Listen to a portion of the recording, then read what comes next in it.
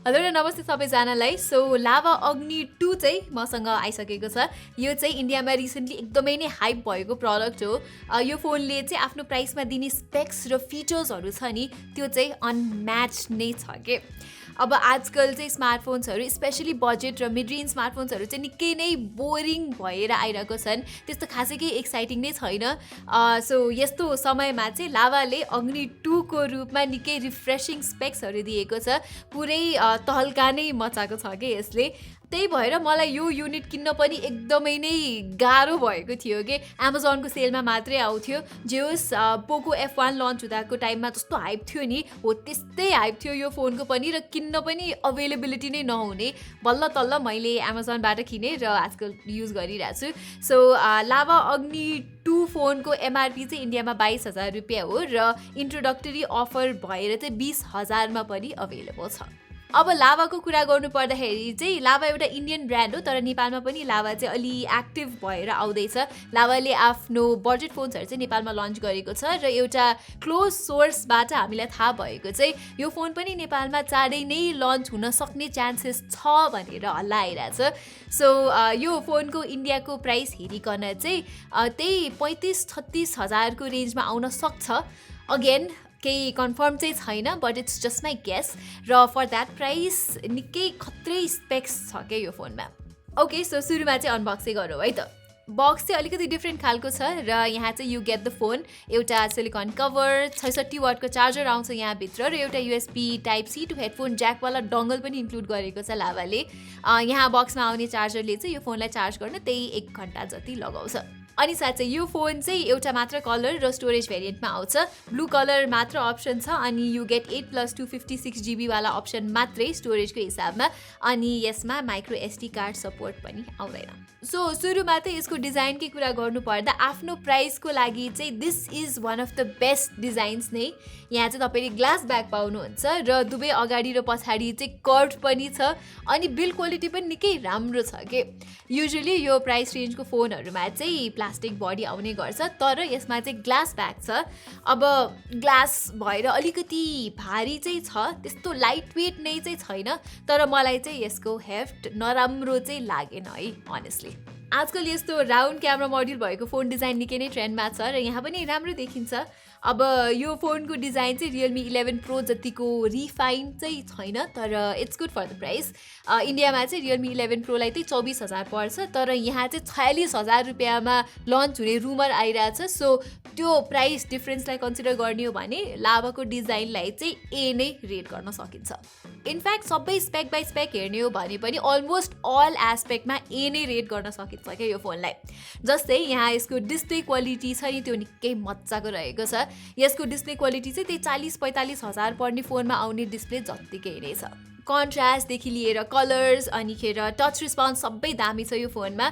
र अनेस्टली भन्नुपर्दा अब कलर रिप्रोडक्सन चाहिँ अलिअलि भाइब्रेन्ट साइडमा छ, जुन चाहिँ कन्टेन्ट हेर्दा अलिक नोटिस हुनसक्छ, तर बिस्तारै बानी चाहिँ बस्छ।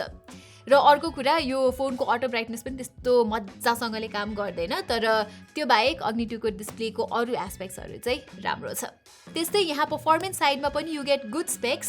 लाभा अग्नि 2 मा चाहिँ मिडियाटेकको डायमेन्सिटी 7050 चिपसेट छ, जुन चाहिँ Realme 10 Pro Plus अनि Redmi Note 12हरूमा भएको डायमेन्सिटी 1080 कै रिब्रान्डेड चिपसेट हो। सो यो चाहिँ अब गेमिङ चिपसेट नै चाहिँ होइन, तर नर्मल कामहरू गर्न अर मल्टिटास्किङ गर्न चाहिँ ओके नै पर्फर्मेन्स दिने प्रोसेसर हो। यहाँ चाहिँ मैले गेमहरू पनि खेलेर हेरेको छु, अनि जे होस् PUBG, कल अफ ड्युटी, मेकरिना जस्तो गेम त लोएस्ट सेटिङमा 60 FPS मा मजाले नै चल्छ। इभन गेन्शिन इम्प्याक्ट पनि 30 FPS मा चाहिँ चल्छ, तर लो ग्राफिक्समा खेल्नुपर्छ अनि अलिअलि स्टार्टर्स हुन्छ।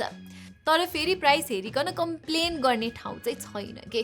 सो सफ्टवेयरको साइडमा चाहिँ पुरै स्टक एन्ड्रोइड छ यो फोनमा विथ नो ब्लोटवेयर, तर आई फिल अलिकति अझै इम्प्रुभमेन्ट गर्ने स्कोप चाहिँ छ। एक्सपिरियन्स पनि त्यस्तो पुरै रिफाइन चाहिँ छैन, कहिलेकाहीँ स्टटर्स महसुस गरेको छु मैले, तर this can easily be fixed with updates. अब अपडेटकै कुरा गर्दा यो फोनमा लाभाले चाहिँ 2 वर्षको एन्ड्रोइड अपडेट र 3 वर्षको सिक्योरिटी अपडेट्स दिने भएको छ। सिक्योरिटी प्याचेस चाहिँ क्वार्टरली आउँछ यो फोनमा।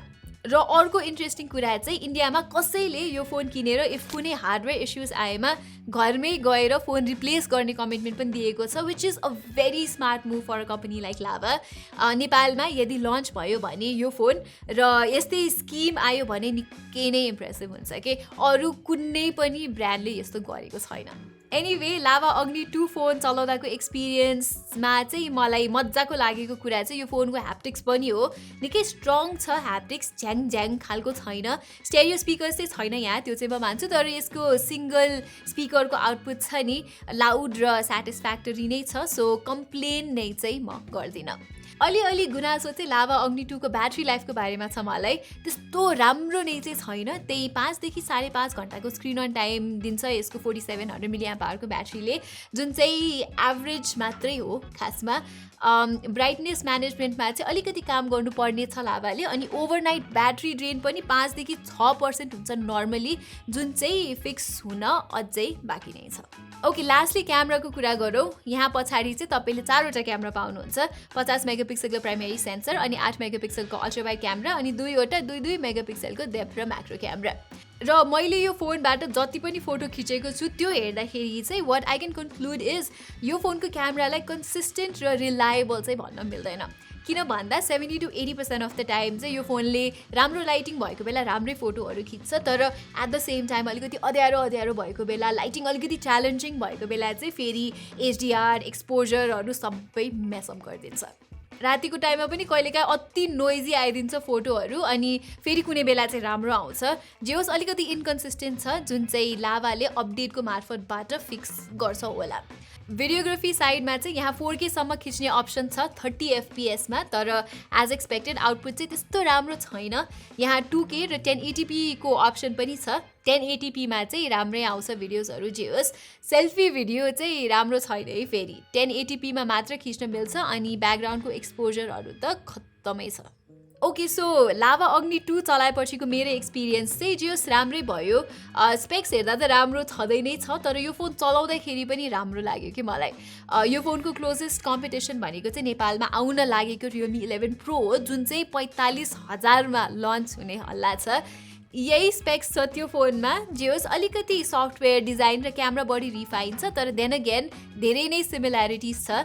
सो इन कम्पेरिजन यो फोन चाहिँ मैले अनुमान गरे अनुसार त्यही 35-36 हजारमा आयो भने बब्बालले हुन्छ, मार्केट हल्लाउने नै काम हुन्छ खासमा। सो आई रियली होप कि लाभाले चाहिँ नेपालमा यो फोन चाँडै नै लन्च गरोस्।